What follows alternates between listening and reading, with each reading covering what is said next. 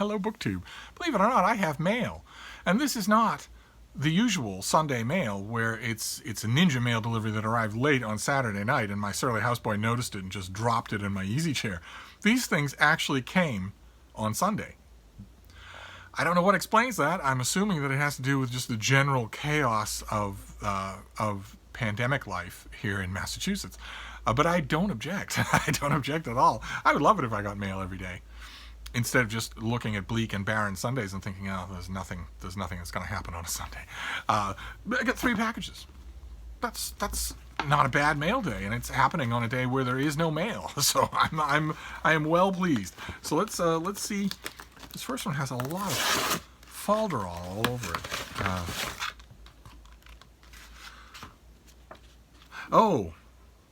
Okay. All right, I know what this is. Okay. Okay, this is yes. Okay, this is a novel. Okay, well let's take a look at this. This is The Moon Always Rising by Alice Earley. Is this a 2020 novel? Yes, it is. This is She Writes Press. This is The Moon Always Rising by Alice Earley. I've got a dedicated bookmark here. Alice Earley is, let's see here, after a career spanning academia, real estate, executive recruiting, and career transition coaching, Alice Earley has returned to her first love, writing fiction. Always happiest in view of the sea, she and her husband live on Martha's Vineyard. They have visited the Caribbean island of Nevis, where much of this novel is set, annually since 1996. And the eagle-eyed among you will immediately, the eagle-eared among you will immediately know why I have this book. Because I am the book reviewer for the Martha's Vineyard Gazette, a wonderful old broadsheet newspaper printed on the island of Martha's Vineyard off the coast of Massachusetts, which is a wonderful, wonderful place. It's hard to describe how wonderful it is. I have known the vineyard in all weathers, in all seasons, in many, many, many decades. And so it's a source of just joy to me that I get to review books. And this author has a vineyard connection. That's usually all it takes. So what have we got here? When her life in Scotland cracks apart, feisty Eleanor Els Gordon exiles herself to a derelict plantation house on the Caribbean island of Nevis, only to discover she's cohabiting it with the ghost of its former owner. The ghost must leave this world. Els must figure out how to go on living in it. As they each test the power of forgiveness, she helps him atone for his messy life, while he prods her to reclaim her courage, untangle long-held family secrets, and allow herself to risk loving again. Okay, I really like that kind of a story. We'll see what this author does with that. But I confess, she's already snuck past my first line of defenses because I really like stories like that. I went to see. Actually, I shouldn't admit this, should I? Let's just say I have seen The Ghost and Mrs Muir many, many, many times. I think it's absolutely wonderful as a movie, just wonderful. And this is right cut from the same cloth. Okay, great. All right. Well, the reason the reason that this was sent to me is because I need to review it, and I need to review it quickly.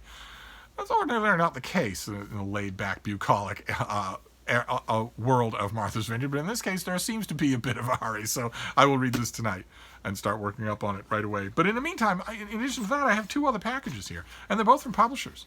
No idea why these will be delivered today, but let's see what they are here. What is this first one? Okay. Okay. All right. Wow. Okay. God, it never rains but it pours. We are going to summarily ignore the second book. Let's move right on to the third one. Let's move right on to this next one and see if we can do any better. Can scarcely do worse. So let's take a look at what we have for this next one. Oh, all right. Very good. Very, very good. All right. Okay, this is a mass market. This next one is a mass market. Is this a romance? I think it probably is. It doesn't look like one. It looks almost like fantasy. Well, anyway, we'll find out together. This is The Fiery Crown by Jeff Kennedy in a mass market paperback from St. Martin's. And a date on it of May the 26th. This is a finished paperback. It's not an advance copy, so that May 26th could be true. Some bookstores are reopening for curbside delivery, and libraries are starting to open up for curbside delivery. And as many of you have pointed out to me, Amazon is still delivering physical books. They only stopped for a tiny bit at the very onset and dropped those things to such low priority that you couldn't really order them. And they restructured their ordering system so that the books, when you called them up on the site, would come up as ebooks first. But it's been pointed out to me, and you're absolutely right, that Amazon has resumed delivering almost everything, including physical books. So this is probably, that date is probably right, late May.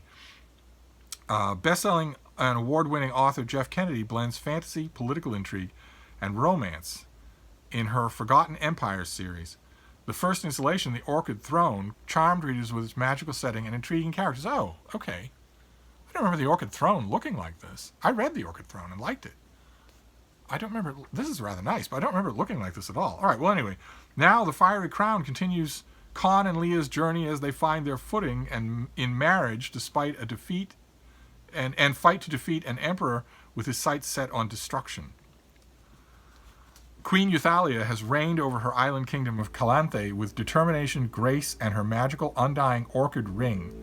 After she defied an empire to wed Conry, the former crown prince of Oriel, a man of disgraced origins with vengeance in his heart, Leah expects the wizard's prophecy to come true, and the prophecy is, claim the hand that wears the ring and the empire falls. But Leah's dangerous bid to save her realm doesn't lead to an immediate victory. Instead, destiny hurls her and Conry to get towards a future neither could predict. Con has never healed after the death of his family and the destruction of his kingdom. He's been carefully plotting his revenge against his greatest enemy, Emperor Anure, waiting for the perfect opportunity to strike. When Leah's spies gather intelligence suggesting that Anure is planning an attack against Calanthe, Con faces an agonizing choice. Can he sacrifice Leah and all she holds dear to destroy the empire? Or does his loyalty exist in the arms of his beguiling, passionate wife till death do they part? Okay. Okay. I'm going to have to see if I have the first book. But I think I remember it fairly well. And I think I remember it well enough. I could probably make do with this thing, even if I don't. And the author lives in Santa Fe. I hope I'm pronouncing her name right. Jeff? Jeffe? Kind of a neat first name, no matter how I'm pronouncing it. She lives in Santa Fe, New Mexico, with her 2 Maine Coon cats, plenty of free-ranging lizards, and a very handsome doctor of Oriental medicine. All right, Missy, you save yourself just a bit with the very handsome doctor. No one could disapprove of that. But gigantic Maine Coon cats? Free-ranging lizards? Good Lord. All right, so she's already living in a quasi-fantasy novel anyway. All right, great. Well, this comes out, and this is slated for late May. I will read it tonight as balanced with The Moon Always Rising. I will read the 2 of these tonight, and I will do my best to forget the middle book even exists. So there you go. Mail. How do you like that? So we could just be on another streak. Wouldn't that be fun? Oh my, I would love that. We'll find out tomorrow, won't we? Oh no, we won't, because tomorrow's a holiday. But today is a holiday as well for mail. I don't know anymore at all. So we will see what tomorrow brings. I'll see you then. Thank you, BookTube.